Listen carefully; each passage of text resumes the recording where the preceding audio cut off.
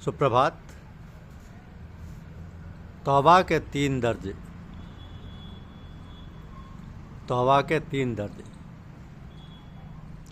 तौबा कहते हैं प्रायश्चित को, प्रायश्चित करना। तो अपराध होने पर ईश्वर के सम्मुख अपने अपराध को मान लेना चाहिए और ईश्वर की बड़ाई पर विश्वास करके दंड मांग लेना चाहिए और क्षमा की प्रार्थना करें। हृदय ईश्वर की याद में खुल जाए और रोना धोना आके लज्जा से सर नीचा हो जाए। इसको कहते हैं तौबा करना या प्रायश्चित करना। तो तौबा के 3 दर्जे हैं: तौबा नसूह, तौबा ममदूह, तौबा इस्तगफार या इस्तिगफार। तौबा नसूह, तौबा ममदूह, तौबा इस्तिगफार। तो प्रायश्चित और पश्चाताप पर ही ईश्वर की कृपा धार उतर आती है। लज्जा से सिर गिर जाता है, फिर प्रार्थना होती है। मनुष्य शरीर पाकर प्रार्थना ना आई तो जीवन व्यर्थ है। सवेरे उठने के पहले प्रार्थना जो नहीं करता उसका कोई काम सही नहीं होगा। सोने के पहले भी प्रार्थना जरूरी है। ईश्वर के सामने अपने हृदय को खोल के अपनी कठिनाइयों को कह दे और उनकी कृपा मांगे। हट ना करे, ऐसा ही हो जाए। हट ना मत करे कि कोई ऐसा ही हो जाए। जिन्हें है इश्क सादिक वो कब फरियाद करते हैं, लबों पर मोहर खामोशी, दिलों में याद करते हैं। तो ईश्वर के सच्चे दिल से एकांत में प्रार्थना करना चाहिए। बहुत से हमारी प्रार्थना को सुनेगा। जो ईश्वर के नज़दीक हृदय से नहीं रोता, प्रार्थना नहीं करता, उसका सही जाना कठिन है। कितना भी पूजा पाठ क्यों ना करे, विशेष लाभ नहीं होता।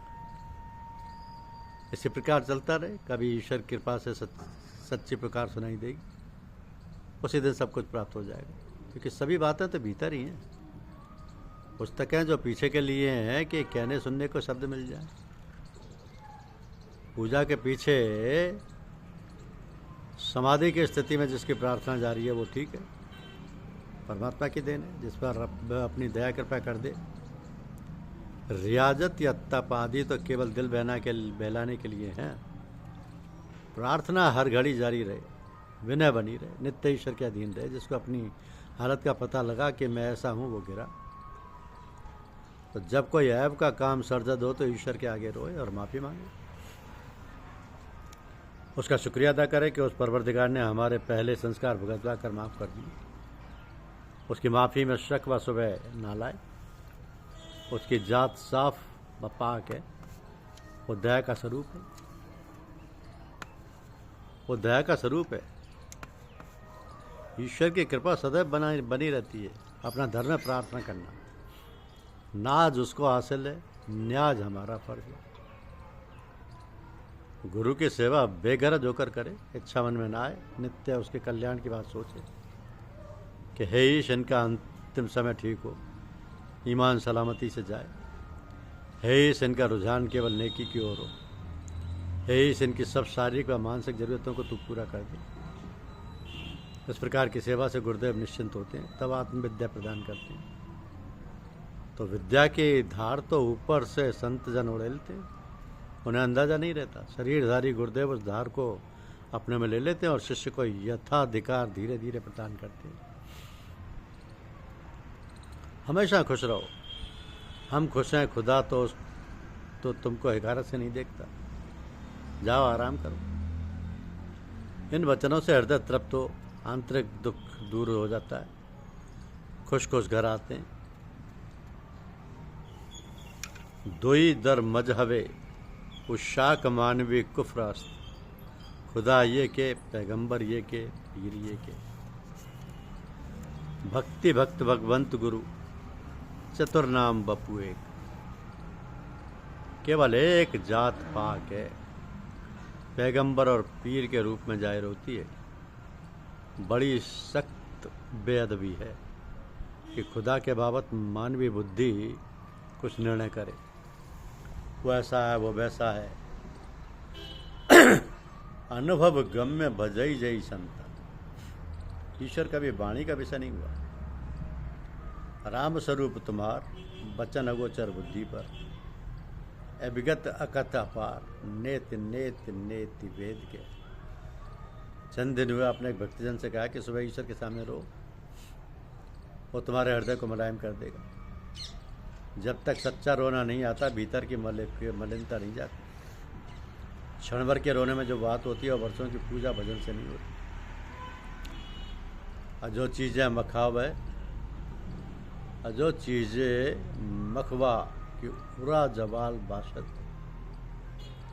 उस परमात्मा से सिवाय परमात्मा के और किसी चीज़ को ना चाहो, क्योंकि वह एक दिन नष्ट होती है। दुनिया की हर एक ज़रूरत को उससे ज़रूर मांगो, मगर अंत में यह कहे कि वह ये बहैसियत इंसान मांगता हूँ, तू जानता है कि मेरा सच्चा कल्याण कितना। अपनी ज़रूरतों को उससे कह देने से अहंकार चला जाता है। जिसको बुद्धि ने माना वह परम पुरुष नहीं है, वह तो सबसे आगम है। जब निज कृपा होती है तब वह गुरुदेव की ओर से चलती है। जितना ही गुरुदेव की ओर जीवात्मा बढ़ता है उतना ही ईश्वर की कृपा भी उसकी ओर बढ़ती है। अंत में सब एक हो जाती है। तो जो प्राणी ईश्वर को हर समय अपने रास देखता है वह ईश्वर की प्रेरणाओं से समझता है, प्रेरणाओं को समझता है। भक्तजन सभी बातें उस ईश्वर में शामिल करते हैं, अपने से कुछ नहीं चाहते कि हे ईश्वर तेरी इच्छा पूर्ण हो। भक्ति भक्त भगवंत गुरु चतुर नाम बपू एक। केवल एक जात पाक है जो पैगंबर और पीर के रूप में जाहिर होती है। ईश्वर एक है और ईश्वर सब जगह है,